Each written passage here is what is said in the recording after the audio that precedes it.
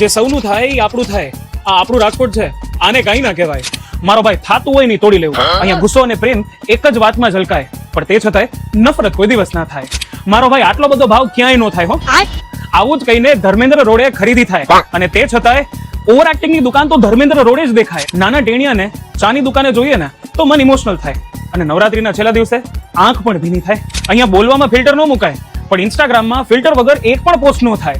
ગમે તેટલી તકલીફ હોય અહીંયા ભગવાનની મહેરબાની છે અને ચાલ્યા કરે, બસ આવું જ કહેવાય. ભાઈ રિંગ રોડે સવારના પોરમાં ચાલીને વજન ઉતારવા જવાય, અને સાંજે એ જ જગ્યાએ ખાઈને વજન વધારાય. બંગડી બજારમાં બધું જ સસ્તું મળી જાય, પણ તે છતાંય ગુજરી, શનિવારી અને રવિવારીમાં આટો તો મારવા જવાય.